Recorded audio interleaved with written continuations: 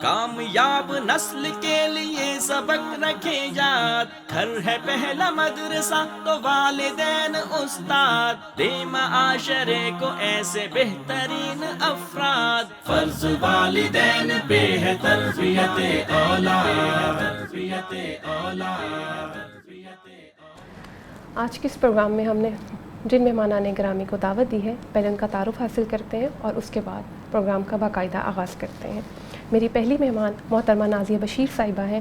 آپ clinical psychologist ہیں اور جامعہ پنجاب کے ادارے سینٹر فار کلینکل سائیکالوجی میں خدمات سر انجام دے رہی ہیں۔ میڈم، میں آپ کو اس پروگرام میں خوش آمدید کہتی ہوں، آپ کی آمد کا بہت شکریہ۔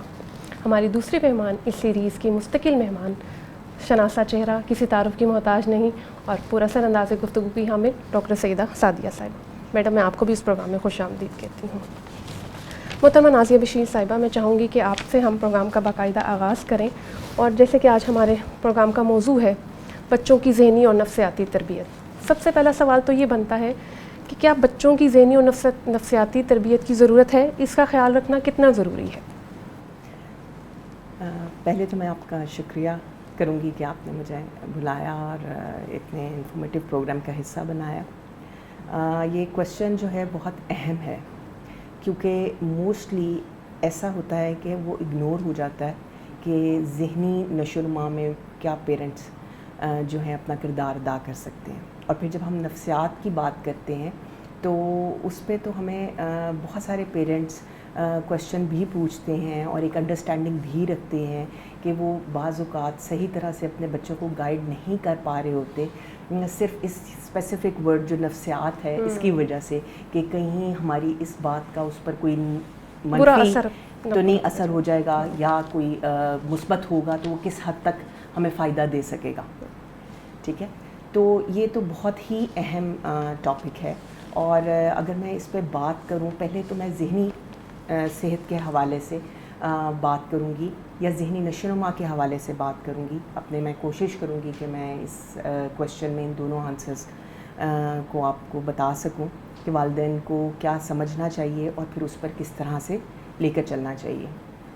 جب ہم ذہن کی بات کرتے ہیں اور جب ہم جسمانی عمر کی بات کرتے ہیں تو یہ بہت اہم ہے، کیونکہ ہم ہر سال برتھ ڈے کر رہے ہوتے ہیں، اور اس میں ایک پیرنٹ کے پاس بہت اچھا آ جاتا ہے کہ اس کی فرسٹ برتھ ڈے ہے، یہ اس کی سیکنڈ برتھ ڈے ہے، یہ تھرڈ برتھ ڈے ہے، کہ ہم اس کی عمر کا اندازہ کر رہے ہوتے ہیں۔ ذہن کی جب بات کی جائے تو ذہن کی بھی ایک عمر ہے۔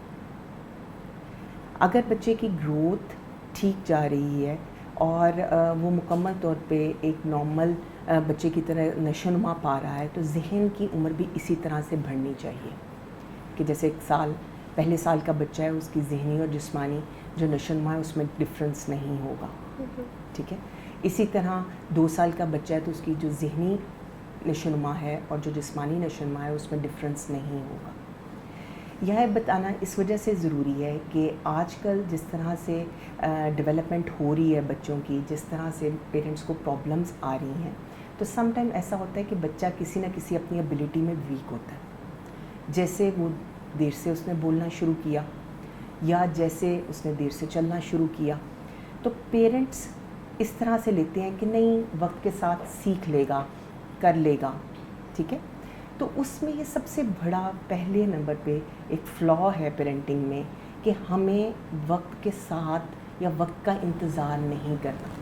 میڈم، یہاں پہ ایک سوال میں پوچھنا چاہوں گی۔ آپ نے کہا کہ پیرنٹس جو ہیں وہ انتظار کرنا شروع کر دیتے ہیں، کہتے ہیں وقت کے ساتھ سیکھ لے گا، تو سب سے پہلے آگہی تو پیرنٹس کے لیے یہاں پہ یہ ضروری ہے کہ ان کو بچوں کی پراپر ایج کے ساتھ ان کی ذہنی نشو و نما کی وہ سٹیجز معلوم ہوں، کہ میرا بچہ اگر اس عمر کو پہنچ گیا ہے تو یہ لیول ہے، تو وہاں تک اس کو پہنچنا ہے۔ تو وہ آگہی والدین کو کہاں سے مل سکتی ہے کہ جو بچوں کی ذہنی اور نفسیاتی نشو و نما کے حوالے سے تو تعین کر سکے؟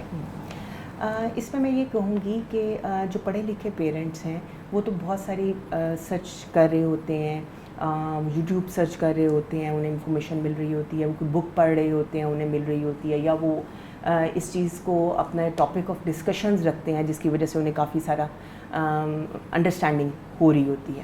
لیکن بعض اوقات ایسا ہوتا ہے کہ ایک چونکہ پیرنٹس ہیں وہ بہت زیادہ سینسٹیو ہوتے ہیں اپنے بچے کے لیے، تو کئی دفعہ وہ اس چیز کو جانتے بوجھتے بھی اگنور کرتے ہیں۔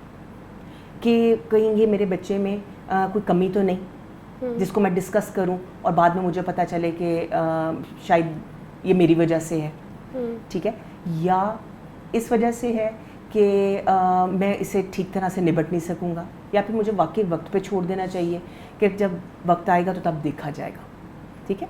یہ بیسیکلی رجحانات ہیں. اس میں سمپل سی چیز میں جو سمجھاتی ہوں جس سے میں نے آغاز ہی کیا کہ آپ نے اگر آپ کے نظر سے گزر گیا ہے کہ آپ کا بچے میں کہیں کوئی کمی ہے اور وہ دوسرے بچے اس کے ہم عمر بچے میں نہیں, جس سے آپ نے میں چاہوں گی ایک دو مثالیں آپ کوٹ کر دیں تاکہ سمجھنے والوں کے لیے آسان رہے. کہ جیسے جو اس کا کزن ہے وہ تو باتیں کر رہا ہے لیکن میرا بچہ اس طرح سے باتیں نہیں کر رہا, ٹھیک ہے, یا جس طرح سے ہے کہ مل کے ہم کھیل رہے ہیں بچوں کے ساتھ اور وہ اپنی ہی دنیا میں ہے, وہ اس طرح سے نہیں کھیل رہا جس طرح سے اسے کھیلنا چاہیے, یا دوسرے بچے جس طرح سے انجوائے کر رہے ہیں اس طرح سے نہیں کر رہا.